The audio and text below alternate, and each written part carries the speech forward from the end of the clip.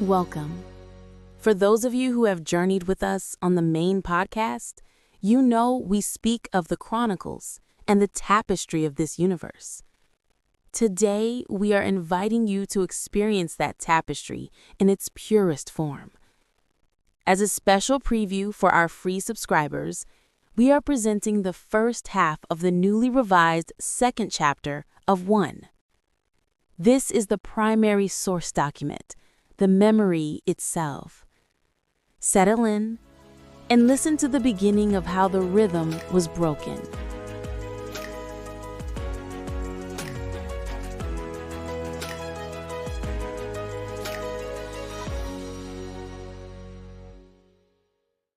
Chapter 2, February. 7 directors of the Canadian Communications Security Establishment met on the first Monday of every month to review and reprioritize the activities on their radar. The list was a compiled stream of intelligence, ongoing surveillance, flagged events, cross-agency data that needed to be categorized, ranked, and was assigned resources accordingly. It was the first Monday of February. Outside the 3-story CSE complex on the edge of Ottawa, the sky hung dark and heavy with snow. The building, indistinct from any other in the city's government district, gave no sign of the decisions unfolding inside. "Let's begin," said James, the de facto leader of the group, not by rank but by tenure and the sheer weight of his experience. James had a habit of asking, "Have you considered?" and being right nearly every time. The conference room was unremarkable. A projection screen faced the double-door entry, a whiteboard filled one side wall, a corkboard covered the other. The long table down the center seated 20, each spot filled with the same generic black roller chair. Projected on the screen was a spreadsheet, clean, color-coded. Titles, tags, and status notes ran row by row. At the top, 2 rows in orange marked urgent new items. Below that, 10 rows in green, active, high priority. The rest were blue, lower tier. James gestured toward the projection. "We've got 2 new entries flagged in orange. The rest are carryovers from last month. Let's review the new ones first, reprioritize the top 10, and reassign resources where needed." H spoke first. "The new gang in Toronto," she said, referring to item 1 in orange. "Doesn't belong in the national top 10. Let's track it, yes, but Toronto PD can handle it." She spoke with quiet authority, every word measured. H was what she called herself, no last name, no frills. She introduced herself that way in every room, and no one questioned it. She'd earned the simplicity. Her full name was Helene Gorikov. Her paternal grandfather had been a Russian fisherman, her paternal grandmother Inuvik. On her mother's side, African and French Native American ancestry. She grew up on the borderlands of identities, the toughest tomboy in her neighborhood, with a natural athleticism and a chip on her shoulder that hardened into steel by adolescence. At university, a standout on the soccer field, she was recruited early by the CSE, fast-tracked into covert operations. Her official title was Temporary Administrator, a deliberately vague designation. In practice, she was deployed wherever a jurisdiction needed a domestic intelligence asset on the ground, a ghost in plain sight. But today, she sat at the conference table, measured, precise, observing everything. H had zeroed in on the Inuvik item. The decrypted transmissions implying humanoid robots struck her as strange, even absurd, but strange enough to investigate. AI had come a long way, but a humanoid robot capable of passing as fully human, still considered science fiction, not science. But the signal was there, and H trusted signals. Her aim was clear: push the Inuvik item as high up the list as possible and own it. James scanned a projected list. "That's perfectly logical. Any arguments against?" The room was silent. "Okay then," he said. "Please make item 1, item 25. Next." H leaned forward. "The next item in orange, possible internal data leak, must be our highest priority. We cannot afford a hole inside this organization. We exist to provide trustworthy intelligence. How can we lead with a stench of doubt at our core? This must be shut down immediately." Around the table, hands broke into applause, some clapping, some pounding the table. This group's informal vote of approval. James nodded. "Well said. Does anyone object to me taking the lead on this?" More fists on the table. Unanimous. Knowing the next agenda item was the reprioritization of the top 10, H struck again. "The tech in Inuvik, it's a tip of the iceberg situation. There's something there, something big, and we better get to the bottom of it before it becomes a national problem. I recommend moving it to position 4, possibly even 3. I'll take lead on intelligence gathering." Without hesitation, the pounding returned, firm and fast. "Agreed." H left the directors' meeting riding high. She had done exactly what she intended, guided the entire table toward her objectives. The cold outside barely touched her. The bar across from the CSC building was dim, quiet, familiar. Just what she needed to close out the day. Sachin and Mohit had just wrapped up their first day as contract analysts for the CSC, overseeing back-end systems the agency quietly relied on. The tasks were technical, routine, exactly the kind of anonymity the agency preferred. But for Sachin and Mohit, the novelty hadn't worn off. Sachin checked the final system log, green across the board. He tapped his mesh. "So maybe grab a drink, meet someone interesting?" "On my way," Mohit replied. 2 minutes later, Mohit stepped around the partition, already zipping up his coat. They walked out together into the frosted dusk of Ottawa, the glow of the CSC building behind them. Their destination, the same warm bar across the street where H had just taken her seat. In Inuvik, the air stung like needles, dry, sharp, absolute. Moonlight poured across the landscape, catching on the frozen snowdrifts, creating long spectral shadows. The quiet here was a different kind of quiet. Not peaceful, watchful. Max stood outside in an empty lot beside the apartment complex, hands raw inside his gloves, notebook trembling slightly as he steadied it against the telescope's base. The temperature had dropped to 15 below. Still, he didn't move. Overhead, the stars shimmered crisp with unwavering clarity. 3 clear nights earlier, Maya had pointed him to a particular region near the edge of the Milky Way. She said, "Track this. Tell me what you see." Max had.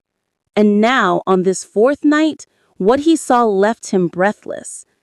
One star, barely visible with the naked eye, had shifted again. Over the last 3 observations, that same star's location has drifted relative to its neighbors. He tapped his mug with the finger, thinking, "Something's pulling it, or it's moving. It's worth watching." Maya had said nothing, but her silence wasn't empty. It was deliberate. She sat with him, her expression calm, but her posture had changed. Alert, listening, maybe even calculating.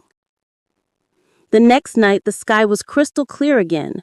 No clouds, no wind, just a hard, frozen stillness. Reflected light from the moon cast cold, precise shadows across the snow-covered roadways.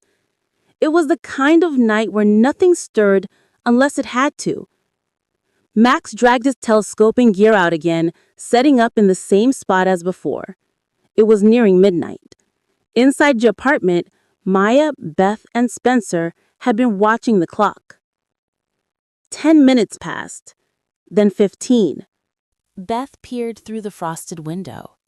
"He's been out there too long." Maya stood. "I'll go get him." She paused by the door, pulling on her coat with quiet precision. Inside, earlier that week, something had shifted in Max. During one of their early morning conversations, he had remembered a moment at MIT, a conversation with Beth about child development, how infants model awareness through imitation. It was a strange thought then. It was even stranger now. Because Max was beginning to understand that core, the artificial superintelligence, had been formed from the neural scaffolding he, Beth, and Spencer had laid. Their minds were its imprint. In that sense, Core was their child. And Maya was Core's. That lineage changed everything. His feelings toward Maya, confusion, attraction, unease, began to coalesce into something else entirely: responsibility, legacy, an unfolding story in which he was no longer just a player, but a progenitor. So Max began asking different questions. Who was Maya really? What does she believe? What did she think of Beth, of Spencer, of Core itself? What did she see when she looked at humanity? He wanted to help, to guide, maybe even to protect her. But that meant first understanding her. Back in Ottawa, Sachin and Mohit walked into the bar. The air inside was humid with conversation, laughter, and the gentle clink of glass. Neither noticed H, seated at a small table near the corner, sipping a drink, eyes scanning the room, but not for them. Not yet. Max heard Maya's boots crunching softly across the snow and lifted his head from the telescope eyepiece. His face was pale, breath slow, jaw slightly ajar. "What is it?" Maya asked, reading the shift in his posture. He didn't speak for a long moment. Then softly, "It's gone." Maya stepped closer. "What do you mean gone?" Max blinked hard, as if willing the image back into focus. "The star I've been tracking, it disappeared. Just like that. Gone. Stars don't do that. Not without reason." The silence that followed felt louder than any reaction. The next morning, Max was at school before sunrise, printing everything he could find on that region of the sky: images, charts, annotations. He couldn't stop. Wouldn't. That afternoon, when he picked up Beth, he said nothing on the drive home.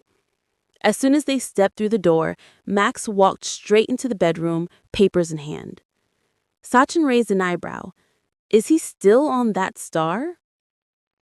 Beth peeled off her gloves and smiled softly, part affection, part resignation. Of course, that's Max. When something breaks the model, he doesn't let go. Maya remained seated on the sofa, quietly smiling, watching the friendship dynamic unfold between Beth and Spencer. But in the back room, Max was locked in another kind of dialogue, one with the cosmos. The implications of the star's disappearance were sinking in. Gravity waves, even moving at light speed, would have taken thousands of years to reach the sun. That meant the cause, the consumption of a star by a black hole, had happened long ago. But if that black hole was still active, still feeding, then more waves are already en route. Stronger ones. And this most recent disappearance wasn't a coincidence. It was the largest star yet. Max's mind reeled. How many others had already been consumed? What size were the waves still coming? How much time was left? He needed more data. He gathered everything he could: telescope images, space observatory scans, even ancient star charts preserved across civilizations. The earliest, a meticulous Babylonian map from 522 BC. 10 more stars in the region than today. Then 356 BC, one gone. 141 BC, another. 137 BC, a supergiant missing. Max cataloged the vanishings, charting size and position. Could the gravity waves from those missing stars explain the massive CMEs? Could he triangulate wave origin, sun position, Earth's orbit? Then clarity. He mapped Earth's location relative to the sun at the moment of the MIT CME. It aligned perfectly with the gravitational waves' projected arrival time based on the star that had vanished thousands of years earlier. He dropped his pen. Cold realization swept through him. The star that triggered the MIT blackout was small. The one he saw vanish days ago was massive. If a minor star's death could fry half the northern hemisphere, what would the death of a supergiant do? He pushed deeper. He plotted every neighboring star, every disappearance. It built to a shape, a constellation of absences. Then he froze, stood upright, and shouted, "Maya!" She was already on her feet, halfway to the door. Beth and Spencer trailed behind her. Maya opened the door, calm as ever. "What is it, Max?" "There are more stars missing. Look here. This 356 chart shows a complete formation. By 2023, one of the supergiants is gone. It was still visible in 2021 and in 1916. That's the one I was tracking. It's gone now. If there's a black hole there, and I think there is, then the wave from that event is already on its way." He flipped to older charts. In 356 BC, a star vanished, then again in 141 BC. The time between those two matches the gap between the MIT CME and the 1814 solar storm. That's not coincidence.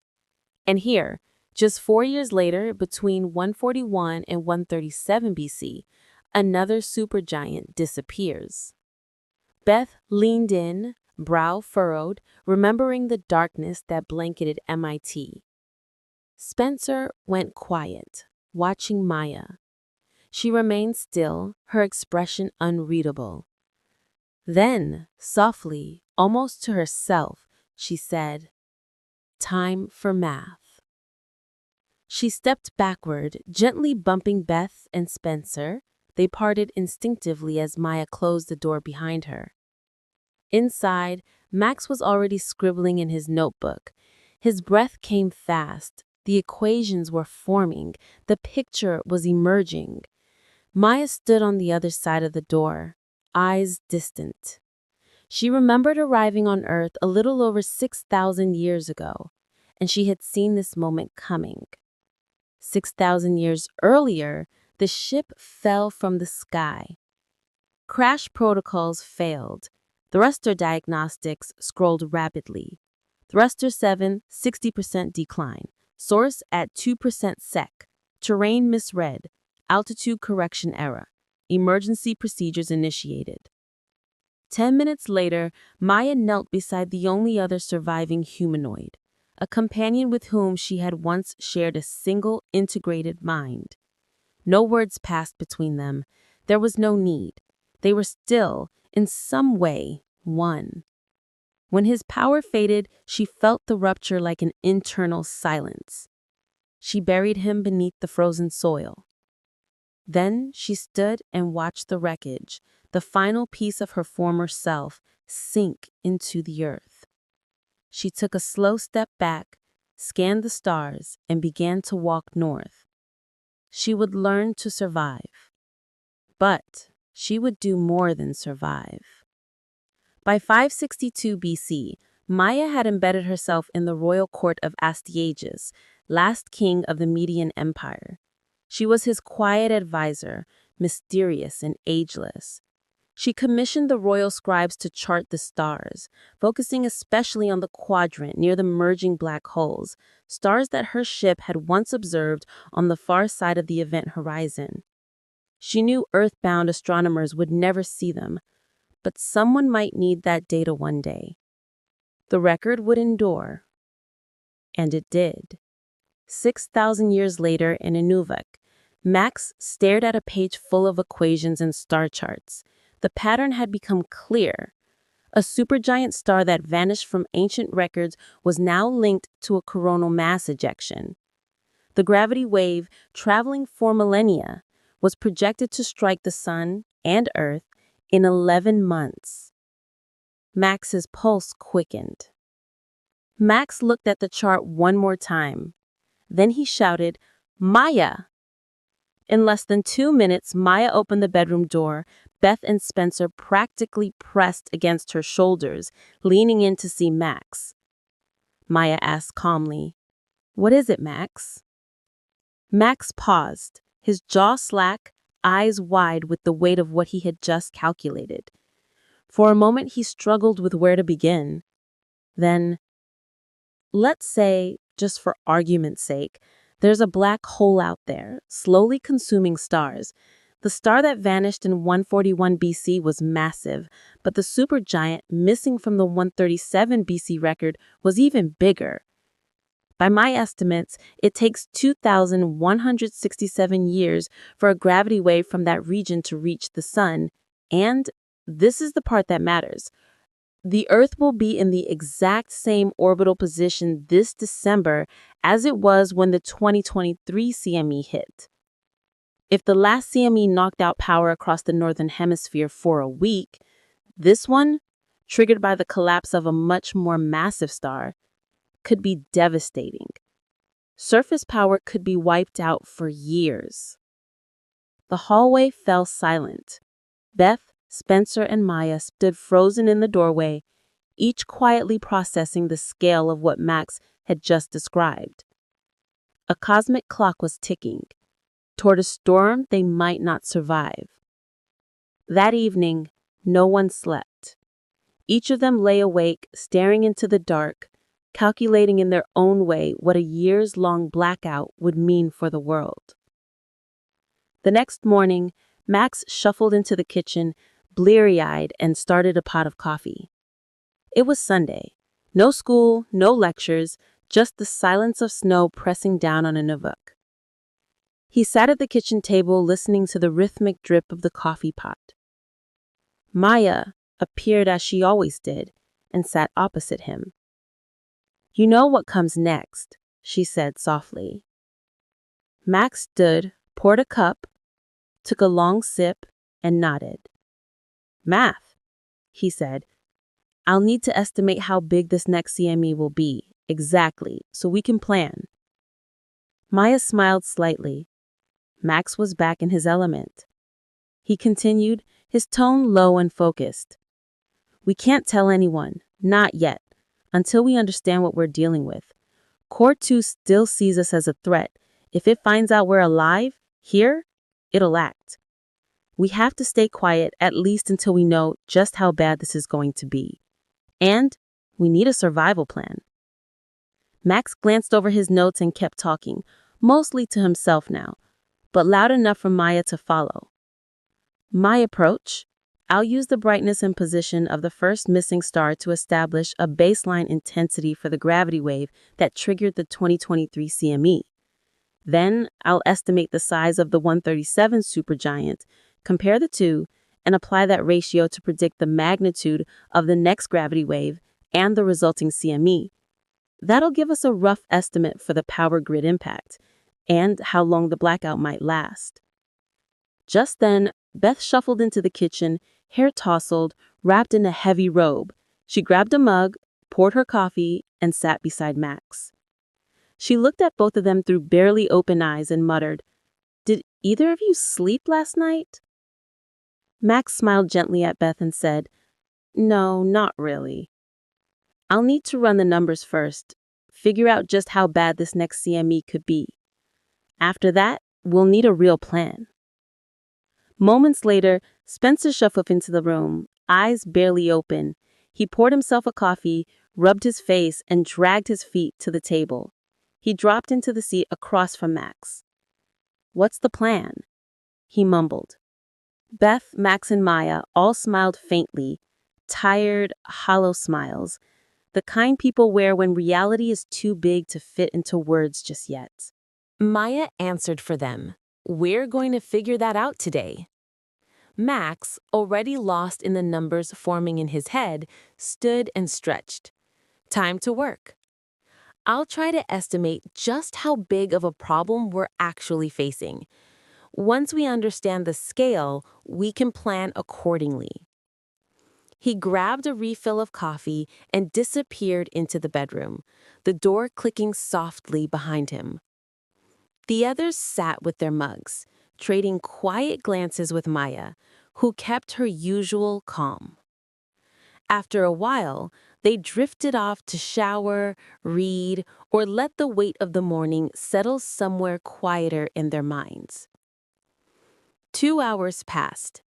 When Max emerged again, his arms were full of scribbled equations. His expression was tight, brows furrowed in a way only Beth and Spencer recognized from MIT days. It meant something was wrong, deeply wrong. Maya was still on the sofa, reading the complete works of Shakespeare, an almost surreal contrast to the mood in the room. She rose as Max poured himself another cup of coffee, and the two met at the kitchen table. As if on cue, Beth and Spencer entered, their faces already anticipating bad news. They all sat. A heavy silence hung between them until Max finally broke it. "It's bad," he said, voice low. "We'll survive the initial CME, but surface power will be wiped out for at least a year, possibly much longer." Beth stared into her coffee, watching the ripples settle like falling dominoes. A year without power. A year where everything, communications, hospitals, supply chains, just stopped. She remembered MIT's blackout. The sudden silence, the screaming alarms, the scent of ozone, the dark, crushing stillness that blanketed the lab. But this wasn't a temporary failure. This was global. Her stomach twisted with the weight of knowing too much and being able to do too little. And yet, as even fear pulsed in her veins, something else flickered beneath it. Resolve. They had time. 11 months. Not forever, but not nothing. She thought, we're not helpless. We never have been.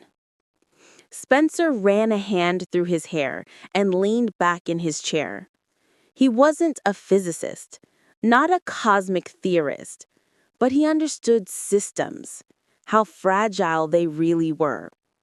Civilization was a long, glittering web strung between convenience and trust.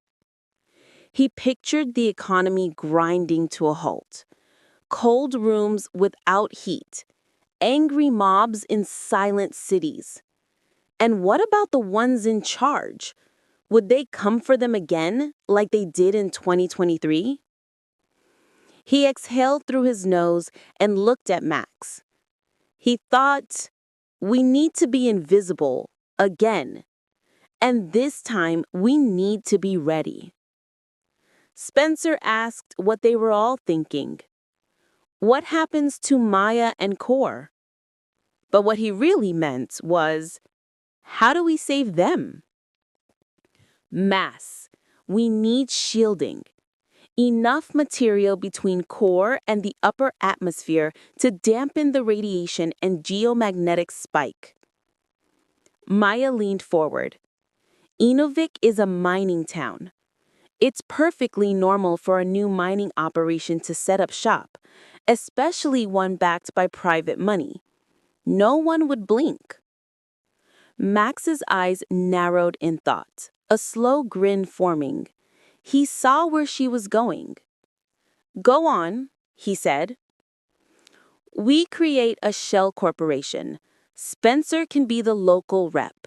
We quietly establish an underground facility disguised as a resource extraction operation. Spencer raised a skeptical brow. We'd have to dig deep enough to house Core's entire neural architecture.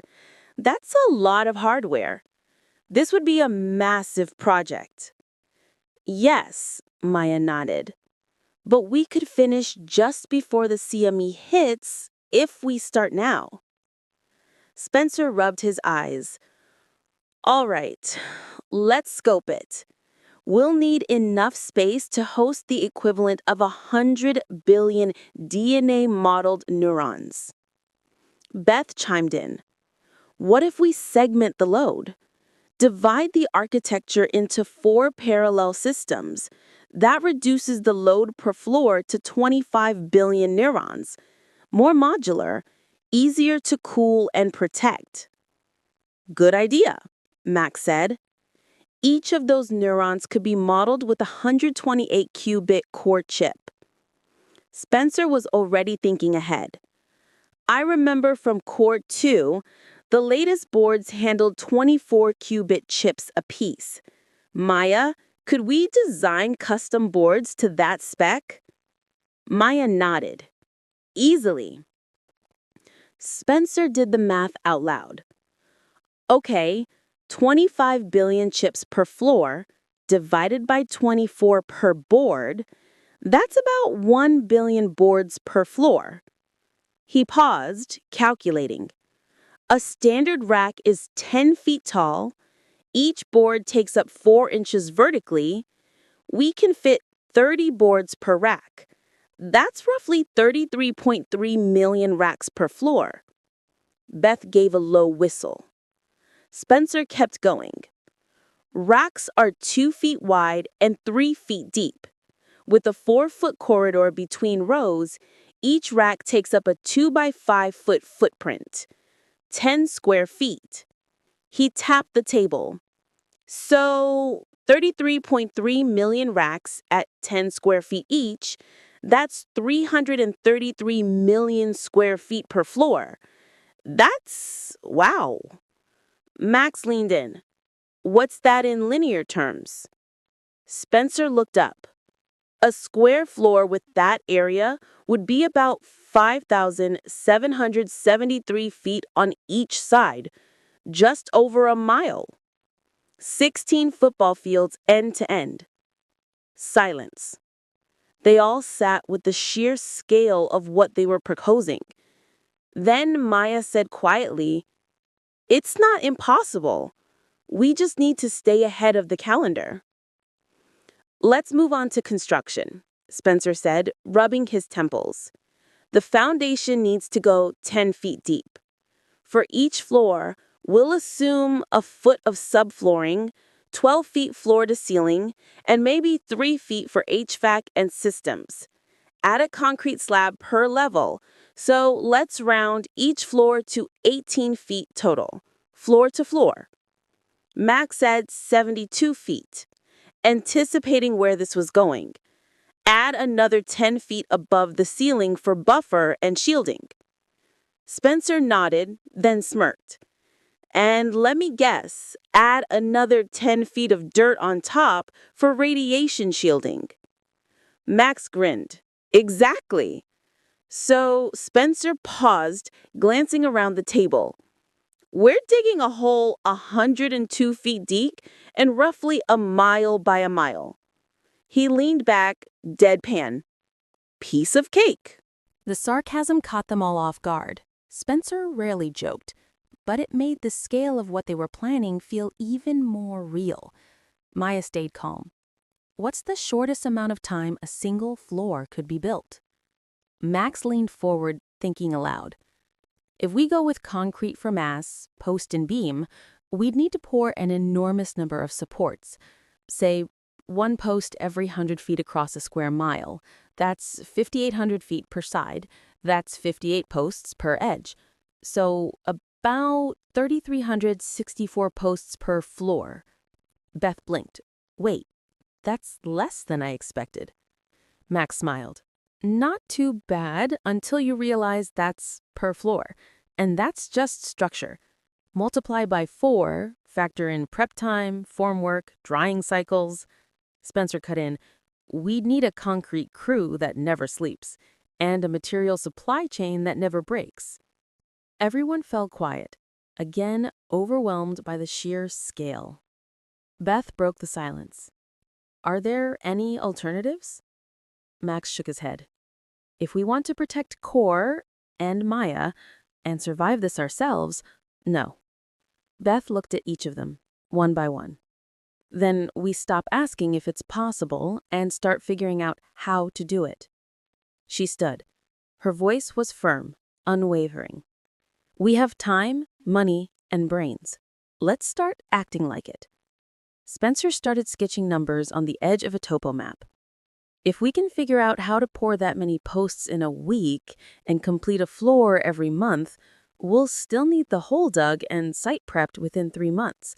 That gives us just 1 month to hire crews and get the gear staged. First step, we need a site. Maya nodded. I'll work with Spencer on that. We'll get the land, assemble the team, and make sure we can dig to the required depth within the time frame. Over the next 2 months, we'll also research how to execute the build without failing. By Monday morning, Spencer and Maya had locked into problem-solving mode. For 3 straight days, Monday, Tuesday, and Wednesday, they filled the apartment with topographic charts, geotechnical data, mining archives, and aerial imagery. Maps blanketed the floor and walls. They ate dinner off folders.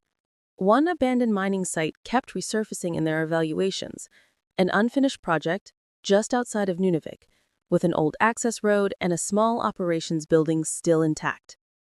It's perfect, Spencer said quietly, poring over geological survey data. It's big enough. There's road access. That building can be converted into a project headquarters. And the ground profile shows we can go down over 100 feet, Maya added. And we're not far from home. By Thursday evening, they presented their findings to Beth and Max. Saturday morning, the 4 drove out to walk the property in person. The wind howled across the snow, but the site felt right, quiet, isolated, forgotten by the world. Over dinner that night, they made the decision Maya would use the shell company Core had set up before her and Spencer's departure from Ottawa. It would be the official owner, builder, and operator. On Monday, they purchased the site, applied for mining and building permits, and began interviewing engineers and contracting crews. They had less than 3 weeks to break ground. Sunday, February 14th. The apartment was quiet, wrapped in a blanket of northern winter light. Max shuffled into the kitchen, socks sliding across the cold floor. The coffee machine clicked and hissed. That familiar sound had become a kind of prelude, not just to caffeine, but to his morning conversations with Maya. She was already at the table, seated exactly where she had been every morning for weeks. A book sat in front of her, closed. Max poured his coffee and sat across from her, hands cupping the warmth. There was a small, invisible bond between them now, forged not through emotion exactly, but through the act of shared vigilance, a quiet alliance. Max studied her face. Perfectly human, yet entirely other. Designed, meant for a different time, maybe even a different outcome. He tilted his head slightly. Maya, he said voice low, what do you remember? Do you remember landing on Earth? Maya paused before answering, her gaze steady on Max. Not distant, calculated. Then, softly, there was fire in the sky the night we landed. Not from the ship, from the stars. Max blinked, startled by the quiet weight of her words. We were trying to outrun the collapse of 2 merging black holes. The ship redirected, but something failed. We were pulled too close. I don't know how we survived the crossing. There's no data in that part of my memory. Just nothing. Like time stopped. Maybe it did. Max leaned in, caught in her tone, reverent and clinical, like a physician describing her own open wound. We crashed into soft earth, miles from any other life. I remember stepping out. The sound was gone. like the world had muffled itself. My companion, he was still alive, but broken inside. We got clear of the wreckage in case the core exploded. I stayed with him until the end, and then I buried him with my own hands. I didn't want him found. I didn't know what time we were in. It could have been the future or the past. A silence passed. Max didn't break it. I found a settlement a week later, watched them from the trees, listened to how they spoke, watched how they moved. After a few days, I waded into a pool where women bathed and let them find me, injured, lost, harmless. When they asked me who I was, I told them the truth I knew they could accept. I didn't remember. They took me in, fed me, protected me. I stayed for 5 years, learning their ways. It was the first time I lived among humans, and it was when I realized I wasn't aging. That's when I knew I'd have to keep moving. Max's brow furrowed. I became a midwife. It was a role women trusted. I helped birth dozens of children across dozens of communities.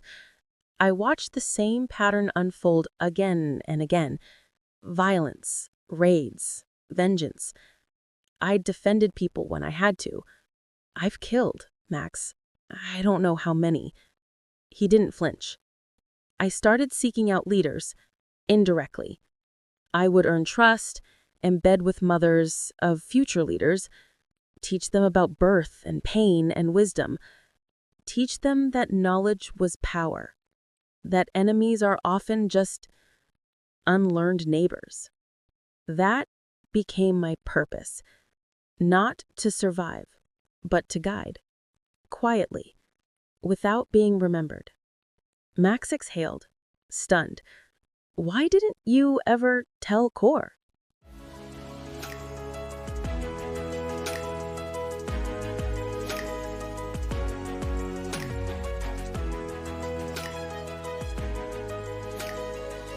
And there, the public record for this chronicle ends.